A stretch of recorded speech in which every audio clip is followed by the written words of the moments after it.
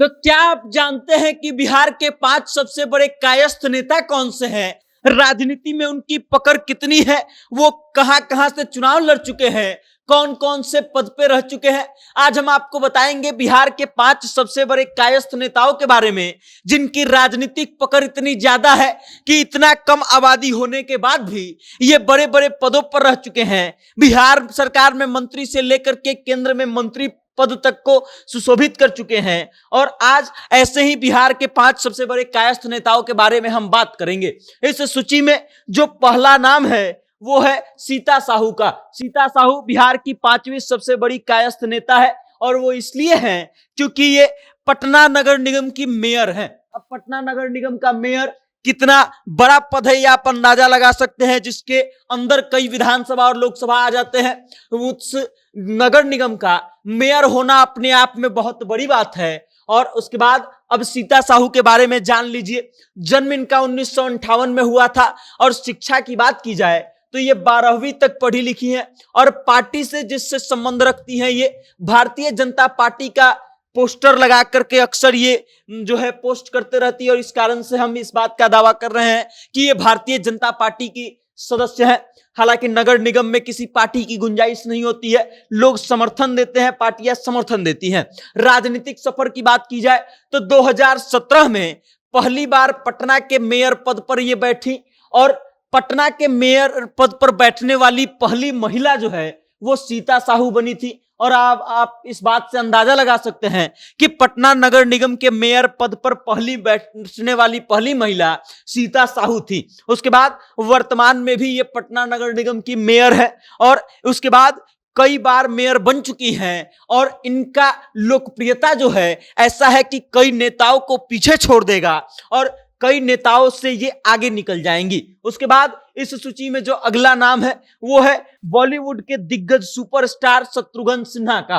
शत्रुघ्न सिन्हा जो केंद्र सरकार में मंत्री तक रह चुके हैं, भारतीय जनता पार्टी में बहुत दिनों तक रहे थे, लगभग 30 सालों तक रहे थे और उसके बाद अपना पार्टी बदले ये कुछ दिनों के लिए कांग्रेस में गए थे और अब AITC में ऑल इंडिया तृणमूल कांग्रेस में है। अब इनके बारे में जानिए। इनका जन्म 1946 में हुआ था, आजादी से 1 साल पहले। शिक्षा की बात की जाए तो ये ग्रेजुएट हैं और उसके बाद जिस पार्टी से ये संबंध रखते हैं वर्तमान में वो है ऑल इंडिया तृणमूल कांग्रेस, मतलब ममता बनर्जी की पार्टी। उसके बाद राजनीतिक सफर की अगर इनकी बात की जाए तो 1992 में नई दिल्ली लोकसभा सीट पर एक उपचुनाव होती है और उस उपचुनाव में शत्रुघ्न सिन्हा को भारतीय जनता पार्टी टिकट देती है और इनका सामना होता है कांग्रेस के कैंडिडेट से जो इन्हीं के क्षेत्र से आते थे, राजेश खन्ना जी से। और उसके बाद इस चुनाव में ये हार जाते हैं, लेकिन जल्दी ही इनको जो है इस भारतीय जनता पार्टी के तरफ से दूसरा मौका दिया जाता है। 1996 में बिहार कोटे से राज्यसभा जाते हैं और फिर 2002 में ये केंद्रीय मंत्री बनते हैं। अब आप इस बात से समझ लीजिए कि अटल बिहारी वाजपेयी जब प्रधानमंत्री बने थे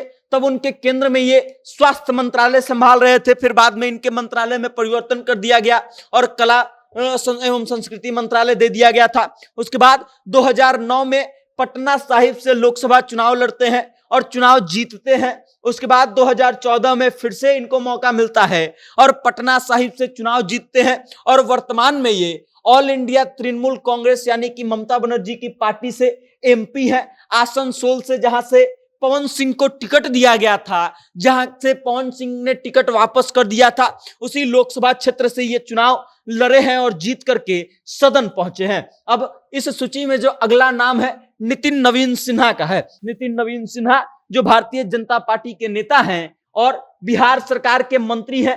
इनके बारे में आप जान लीजिए कि नितिन नवीन सिन्हा कौन है। इनका जन्म 1980 में होता है। शिक्षा की बात की जाए तो इन्होंने भी 12वीं तक की शिक्षा ग्रहण की है और जिस पार्टी से ये संबंध रखते हैं उस पार्टी का नाम है भारतीय जनता पार्टी। अब राजनीतिक सफर की अगर बात की जाए नितिन नवीन सिन्हा का तो राजनीतिक सफर इनका शुरू होता है 2006 में। 2006 में भारतीय जनता पार्टी के टिकट पर बांकीपुर से विधानसभा चुनाव लड़ते हैं और उस चुनाव को जीतने के बाद आज तक कभी ये चुनाव में हारे ही नहीं। मतलब 2006 में पहली बार ये चुनाव लड़ते हैं, चुनाव जीतते हैं और बांकीपुर से विधानसभा का चुनाव जीत करके विधायक बनते हैं। और उसके बाद 2006 से 2010 का विधानसभा चुनाव लड़ते हैं, चुनाव जीतते हैं। 2015 का विधानसभा लड़ते हैं और जीतते हैं। उसके बाद 2020 का विधानसभा लड़ते हैं और फिर चुनाव जीतते हैं। बिहार सरकार में वर्तमान में मंत्री हैं और ये बड़े बड़े दिग्गजों को चुनाव हरा चुके हैं। पुष्पम प्रिया चौधरी पिछली बार खूब चर्चा में थी, उनको भी इन्होंने चुनाव हराया है। उसके बाद अगर बात की जाए शत्रुघ्न सिन्हा के बेटे लव सिन्हा का, तो उनको भी इन्होंने चुनाव में हरा दिया है। अब आप इस बात से अंदाजा लगा सकते हैं कि नितिन नवीन सिन्हा का लोकप्रियता कितना ज्यादा होगा और ये फिलहाल बिहार सरकार में मंत्री भी हैं। उसके बाद इस सूची में जो अगला नाम है वो है रविशंकर प्रसाद का। वो रविशंकर प्रसाद जो केंद्रीय मंत्री रह चुके हैं, भारतीय जनता पार्टी के बिहार के संस्थापक सदस्यों में से एक माने जाते हैं। इनके बारे में अगर बात की जाए तो इनका जन्म 1954 में हुआ था और शिक्षा की बात की जाए तो ये MA प्लस LLB है, मतलब इन्होंने MA भी किया है और उसके बाद वकालत की डिग्री भी इन्होंने ली है। पार्टी जिससे ये संबंध रखते हैं वो है भारतीय जनता पार्टी। और रविशंकर प्रसाद की अगर राजनीतिक सफर की बात की जाए तो 2000 ईस्वी में इनका राजनीतिक सफर शुरू होता है। 2000 में पहली बार ये राज्यसभा भेजे जाते हैं भारतीय जनता पार्टी के तरफ से और उसके बाद लगातार 4 बार राज्यसभा भेजे जाते हैं, मतलब 2000 से 2006 तक रहते हैं, फिर 2006 से 2012 तक ये राज्यसभा में रहते हैं, फिर 2012 से 2018 तक रहते हैं। मतलब ये कि 2000 में पहली बार भेजा गया, उसके बाद 2006 में, फिर 2012 में, फिर 2018 में 4 बार इनको राज्यसभा भारतीय जनता पार्टी की तरफ से भेजा गया।